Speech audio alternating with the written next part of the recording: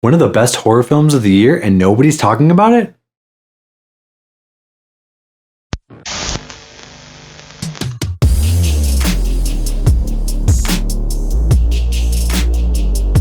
What's up, everybody? Let's talk about the new horror film Cobweb, which just came out this year. It had a very, very limited theatrical run, and I really wanted to catch it in theaters, but I just couldn't. Closest theater to me that had it playing was 2 hours away, and I almost drove it. I almost drove that, but I didn't, so I had to catch it on video on demand, and I never pay for movies when they just come out. Thankfully, it was only $6.99, but I never do that. I just was really excited about Cobweb, and I was so disappointed I couldn't see it in theaters. Going into this film, I didn't really know exactly what to expect because I've never seen anything this director has done before. He directed the horror show on Netflix called Marianne, which I've heard really good things about, but I've never seen. So the big draw for me going into this film was that I heard that it takes place around Halloween time, and I didn't even watch the trailer. I just saw like a news article, upcoming horror film Cobweb takes place at Halloween, and I was like, check. Yes, sign me up. I will be there. Starting things off with the positives, I really enjoyed this film and nobody's talking about it. And that is a positive when you can find a film that nobody's talking about and it's really good. I think Cobweb is a really unique story that, while it has elements that you've seen before, brings a very different twist to it and sort of a culmination of a bunch of different things that you may have seen elsewhere, but puts them together in a story that you have probably not seen exactly like this, but also does it in a really entertaining and good way. The tone of this film is really cool. It's got this sort of underlying unsettling tone, which is clearly intentional, which is a positive and a negative, which I'll get into the negative parts of that later. But overall, going in right off the bat, you're kind of feel this unsettling house that this little boy is growing up in. And while nothing overtly is happening, it creates this nice tone throughout the film that you know that something is going on, something's going to happen, some questions are going to be answered later on. You're not exactly sure what's going on. And on top of that, of course, you've got pumpkins outside and you've got some good fall atmosphere and tone. It's less noticeable and early on in the film. Unfortunately, it didn't give me quite the vibe I wanted, but later in the film especially, for some reason, it takes this turn, and when you see outside, you've got a little more leaves falling, a little more of this Halloween atmosphere. Could have been intentional because that is literally on Halloween towards the latter half of the film. But ultimately, that part especially gives this, Halloween atmosphere tone that makes it worth viewing around October and will be added to my October viewing list. This is the problem with recording videos with 3 cats. They make too much noise. Too much noise. The acting in Cobweb is pretty solid across the board, especially from the young boy that we are following for most of the film. I think the teacher is okay. She's not outstanding. Her character also is not the best, but she definitely does a decent job in the film, and the parents are really good as well. Those are the main characters you're following through this film, and I do think that the guy from The Boys, while he's not my favorite actor, he and the mom both are a little quirky, and they do those characters well. It's clearly intentional. It's not the acting. And I think that they bring exactly what they need to bring to this film. But really want to drive home that I think that the boy in this film is really good. I think he did a great job throughout this film, and you're really right there with him. He's carrying the film, so if he fails, you're going to get bored, and I think he did a great job. The scares in Cobweb are fairly unique. There's some creepy atmosphere and tension that's built. And it does take a while for it to get going in terms of just scares. While I don't think it's like boring by any means, there's not overtly there's no jump scares or things that are really in your face. It's not like nighttime scare. It's more building up the story and posing questions that will be answered later on in the film.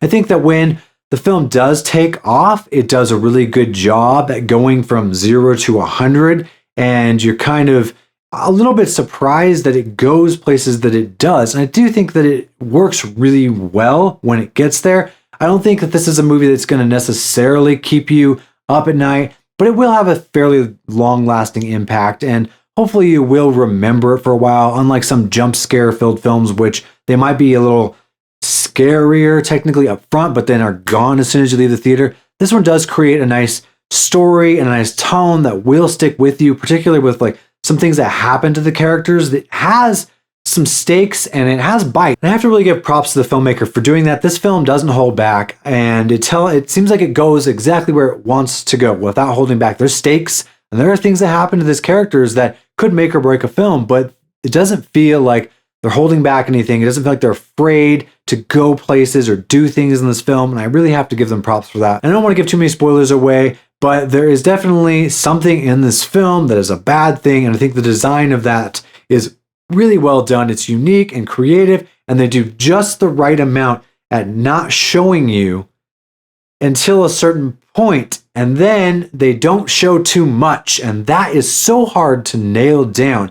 There is one moment in the film that I will just say right now that does show too much, and it takes you out of the film, but it's just a moment.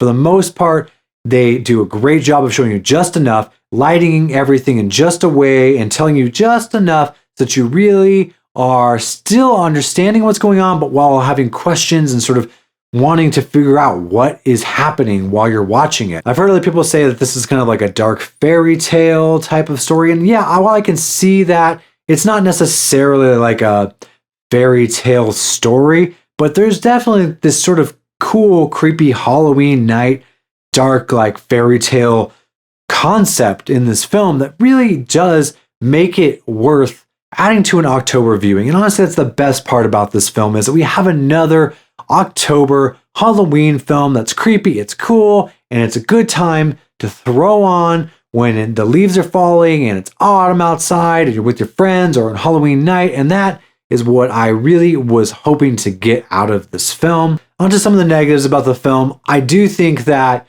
while I really enjoyed this film, it has some mixed reviews for a reason. It's nothing that's going to like knock your socks off. And you do have to kind of sit back and just let the film take you there. Because as I said, not everything's just like balls to the wall right away. It's sort of trying to create this atmospheric tension. And it's trying to raise some questions that it will answer later on in the film. Unfortunately, a byproduct of that is the parents and their characters. They're a little off-putting at first. And so while you might think, hey, that's on purpose, it's going somewhere, it does make it less of an enjoyable viewing experience because they're just simply not fun to watch. And so you've got this boy that's taking you along this ride, and he's really holding down the film, and it does make for a little bit of I think it takes away from the rewatchable factor of this film, and you just don't have characters to latch onto that you can really enjoy and follow along in the film. I do think some of the character decisions, especially from the teacher later on in the film,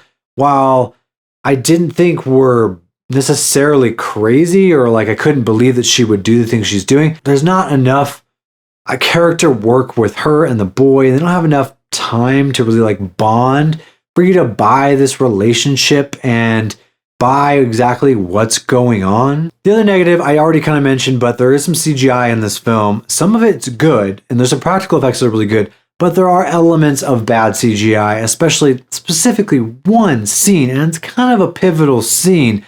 Unfortunately, they show just a little too much, and I feel like they didn't need to, because they show more later, and it looks better, but specifically what they showed and the detail they showed, it just kind of took me out of the film. And it was like that one moment where you just didn't, you almost had it, and then you just, you kind of ruined it with that. On top of that, unfortunately, as I kind of mentioned, this is not one of those films that is going to be scary or like in the general sense scary. I hate using that word, but that's what everyone, expects when they're going to a horror film. Your mass audience wants it to be scary. They want to be frightened. And of course, that means different things to everybody. There's a lot of frightening things in this film. It makes me kind of actually think about the video Chris Stuckman did with the problem of horror movies today, where he talks about Oculus and how, parents and mental illness and these things, these are scary things. Whether they're scary in the film or not might be a different story, but the elements are scary. Unfortunately, I do think that it's not scary in the general sense where people are going to leave the theater being like, oh, that was a really freaky movie. Oh, there's so many good tension-filled scares. There's not a lot. Kind of honestly expected more and hoped for more. I wasn't disappointed because I enjoyed the film, but I do wish that there was a little bit more suspense building, a little more tension, and some scares in there that stuck with you, or something like Oculus that had a little bit more of maybe like a dread, the sense of dread that really like stuck with you, a punch in the gut that you could take with you a little bit longer. There's not quite enough that really sticks with you. But again, this movie doesn't pull punches.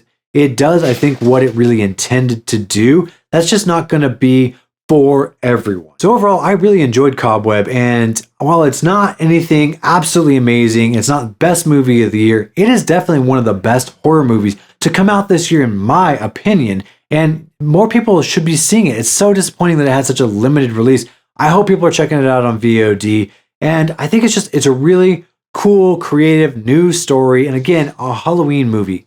Always love a good Halloween movie. And so if you're thinking about checking it out, I highly recommend it. Pay the $6.99, rent it, give the director some money. I want to see what he's going to do next. If you have seen it, or if you went to a theater, or you had a theater near you that was playing it, were there people in there? Were you all alone? Or did you drive an hour to go see it? Tell me what you thought about the movie, and thanks for watching, everybody. I appreciate it.